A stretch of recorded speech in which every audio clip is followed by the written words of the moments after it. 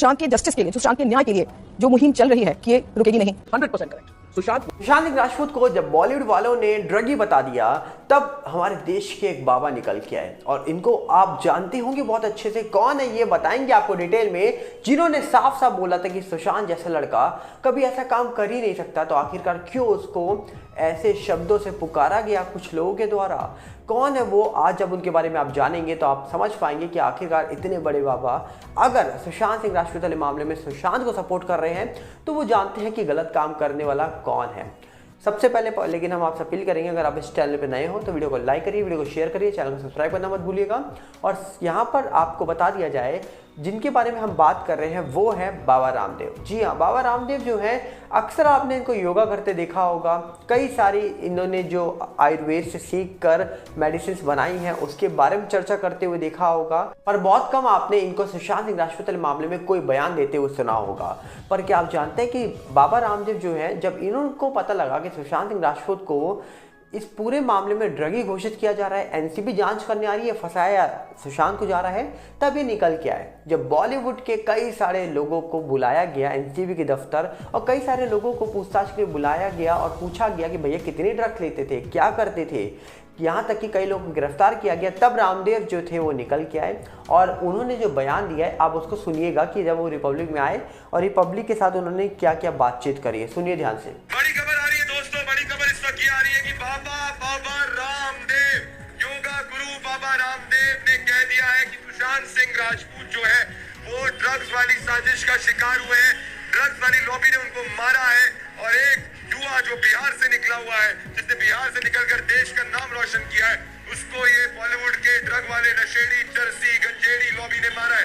तो बाबा रामदेव कह रहे हैं कि जो ड्रग्स है वो सनातन धर्म का नाश कर रहा है, जो ड्रग्स है वो सनातन धर्म के साथ में देश का नाश कर रहा है और ये गंजेड़ियों को जेल में भेजना चाहिए। विकास मेरे साथ जुड़े। विकास, मैं बंबई की सड़कों पर हूँ, पैदल चल रहा हूँ विकास, जमीन पे चल रहा हूँ, 10 किलोमीटर तब से चल चुका हूँ विकास, सुबह से लेकर अभी तक। और देखो बच्चा विकास ये कह रहा है, जो बाबा रामदेव कह रहे हैं गंजेड़ियों को जेल भेजो। विकास, लेकिन प्रदीप ये शुरू से हम कहते आ रहे हैं, लेकिन बाबा रामदेव ने कहा क्या, किस तरीके से सुशांत के साथ साजिश हुई, ड्रग की साजिश हुई, उन्हें बहुत के घाट उतारा गया। उस साजिश की तरफ बाबा रामदेव क्या कह रहे हैं, सुनिए जरा। ये नशेड़ी है, ये भगेड़ी है, ये ब्रांड नहीं है, ये उन्होंने बंटा धार कर दिया है देश का। और ये एक तरह से नशे के नर्क में जीने वाले नर्क के कीड़े हैं। अब इन कीड़े मकोड़ों को कोई यदि अपना आदर्श मानेगा, मैं ये नहीं कहता कौन है कौन नहीं है, लेकिन अब ये साफ साफ हो जाएगा।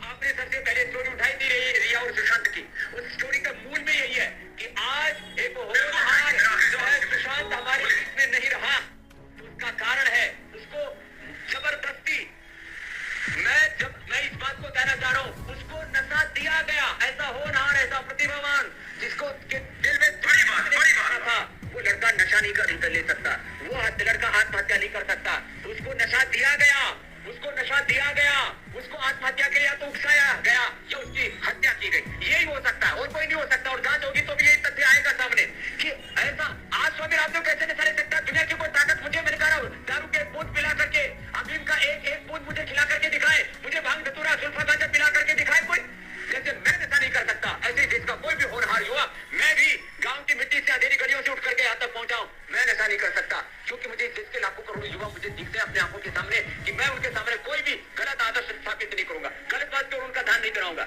इस तरह से सुशांत भी सोचता था, वो लड़का नशा कैसे कर सकता है, वो सुसाइड कैसे कर सकता है। इसलिए ये बहुत बड़ा तकलीफ हुआ, अच्छे युवक युवतियों को फंसा करके बर्बाद किया जाता है। मैं गाँव से आता हूँ, बहुत से अरे लड़का आगे बढ़ रहा है, इसके लड़के को दारू पिलाओ, इसको गुटखा खिलाओ, इसको दुराचार व्यभिचार में धकेलो, ये आगे बढ़ जाएगा, इसका कुलवंश का नाम रोशन हो जाएगा। इन चीजों से हमें देश को बचाना पड़ेगा और एक बार भी देश के युवा नशे की तरफ अगर ना धरे, बेटा इस तरफ चल गए तो वापस लौटने का रास्ता बड़ा मुश्किल है। तो देखा आपने यहाँ पर बाबा रामदेव जो थे उन्होंने बहुत बड़ी बात बोल दी है। यहाँ तक कि लोगों को लग रहा था कि आखिरकार जो रामदेव हैं बाबा, ये कहीं ना कहीं इतनी बड़ी बात जो बोल रहे हैं, क्या इसके पीछे कोई लॉजिक है, क्या सच है? क्योंकि लोगों को लगता था कि कुछ ही लोग हैं देश में जिन्होंने सुशांत सिंह राजपूत वाले मामले को लेकर बात करी होगी, पर बाबा रामदेव जो थे उन्होंने भी ये बात बोली थी कि सुशांत को लेकर ये जो साजिश रची गई है, ये ड्रग्स वाली साजिश, ये नशे वाली साजिश, इसके पीछे किसी और का हाथ है, उस लड़के का हाथ नहीं है। तो सोचिए बाबा रामदेव इतना बड़ा बयान दे के गए थे, इस बयान को बहुत ही कम लोगों ने सुना होगा, तो मुझे लगा ये आप तक पहुंचाना चाहिए। और अगर हम दूसरी तरफ बात करें तो बॉलीवुड का बनता ढार तो हम 2020 से होता हुआ देख ही रहे हैं। एक तरफ लोग कहते हैं फिल्में चल गई करोड़ों कमा रहे हैं, एक दिन में 150 करोड़ कमा लिया ओवरऑल वर्ल्ड में, एक दिन में कम से कम 75 करोड़ कमा लिया, 75 करोड़ कमा लिया। पर अगर एक्चुअली में ही ऐसा हुआ था तो एक मुझे ट्वीट देखने को मिलता है ट्विटर पर, और इस ट्वीट में एक शख्स फोटो अपलोड करता है और एक बड़ा यूट्यूबर है, उस यूट्यूबर की फोटो को शेयर करके वो लिखता है कि भैया ये यूट्यूबर इस फिल्म को देखने गया था और इस फिल्म को देखते हुए उसने एक फोटो शेयर करी है। मतलब पूरे थिएटर में वो शख्स अकेला आराम से पैर ऊपर करके बैठा हुआ है और कोई बंदा दिख ही नहीं रहा है। अब सोचिए खाली थिएटर में कोई शख्स जा रहा है और उस फिल्म को सुपरहिट या फिर सुपर डुपर हिट घोषित कर दिया जाता है। कैसे भाई? सवाल यही उठ जाता है कि आखिरकार फिल्में चल रही हैं या चलाई जा रही हैं या कितनी चल रही हैं। अब लोगों को ये समझ आना लग गया है, क्योंकि कॉर्पोरेट बुकिंग के बारे में जब से लोगों को समझ आया तो लोगों को समझ आया कि भैया हमको तो फ्री में टिकटें मिल जाती है अपने ऑफिस से, हम फ्री में टिकटें लेकर चले जाते हैं फ्री में देखने के लिए, क्यों खरीदे टिकट। तो यही होता है कॉर्पोरेट बुकिंग। कॉर्पोरेट बुकिंग हो जाती है, पूरी कंपनी बुक कर लेती है पूरे थिएटर को या फिर अपने एम्प्लॉयज़ के लिए, और बाद में फ्री टिकटें बांटते हैं। तो फ्री में मुफ्त में कुछ मिल रहा है तो एम्प्लॉय भी जाके देख आते हैं। तो यही तो सवाल है कि आखिरकार बॉलीवुड का हाल कितना बेहाल है, वो यही से समझ आ रहा है कि कॉर्पोरेट बुकिंग के नाम पर फिल्म को हिट बता दिया जाता है।